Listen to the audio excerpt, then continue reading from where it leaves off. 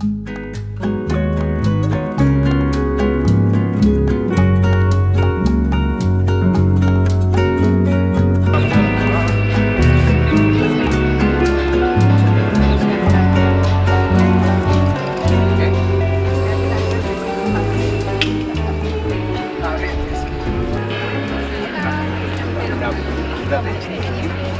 gracias. Venga. Estamos pegando la cebollada, pero no. Ya has llegado tú para verlo, tío. Bueno, tampoco puede ser el arte. Sí, sí. Me alegra. ¿Ves? Ya le diría. Esperemos un poquito, ¿vale? Espera, un segundito. Aquí pues un momento. Al